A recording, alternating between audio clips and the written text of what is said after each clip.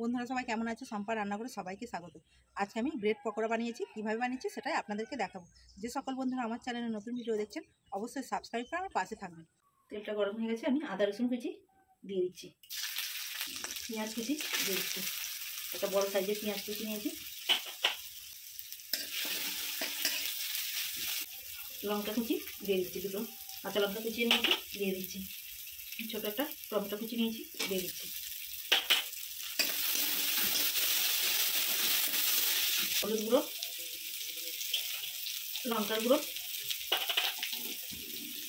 ধনে গুঁড়ো, জিরে গুঁড়ো, স্বাদ মতো নুন দিয়ে দিচ্ছি, দিয়ে ভালো করে কষিয়ে নিচ্ছি। ভালো করে কষিয়ে নিয়েছি, অল্প একটু জল দিয়ে আবার একটু কষিয়ে নিচ্ছি।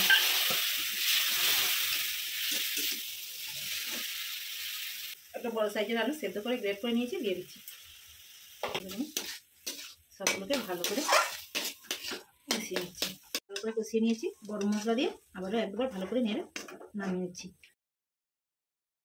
আমি একটা ময়দার গোলা তৈরি করে নেব।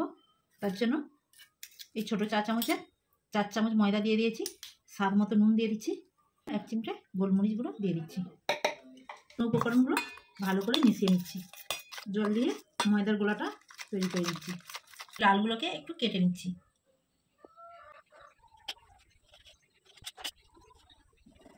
পাউরুটির মধ্যে আলুর পুরটা ভালোভাবে লাগিয়ে নিচ্ছি, এর উপর আর একটা পাউরুটি দিয়ে দেব। এইভাবে সবগুলো তৈরি করে নেব। তেলটা গরম হয়ে গেছে, ময়দার গোলাতে কোট করে ভেজে নেব সব। একদিকটা ভালোভাবে ভাজা হয়ে গেছে, এবার আমি উল্টে দিচ্ছি। 2 পিঠ ভালোভাবে ভাজা হয়ে গেছে, এবার আমি তুলে নিচ্ছি। এর মধ্যে নুন দিয়ে দিচ্ছি, গোলমরিচের গুঁড়ো সামান্য দিয়ে দিচ্ছি, দিয়ে ফুটিয়ে নিচ্ছি। গোলাটা আমি তৈরি করে নিয়েছি। আমি 2 রকমের ব্রেড পকোড়া করে দেখাবো। ময়দার গোলায় প্রথমে ডুবিয়ে দিয়েছিলাম, এবার ডিমের গোলায় ডুবিয়ে দেখাবো।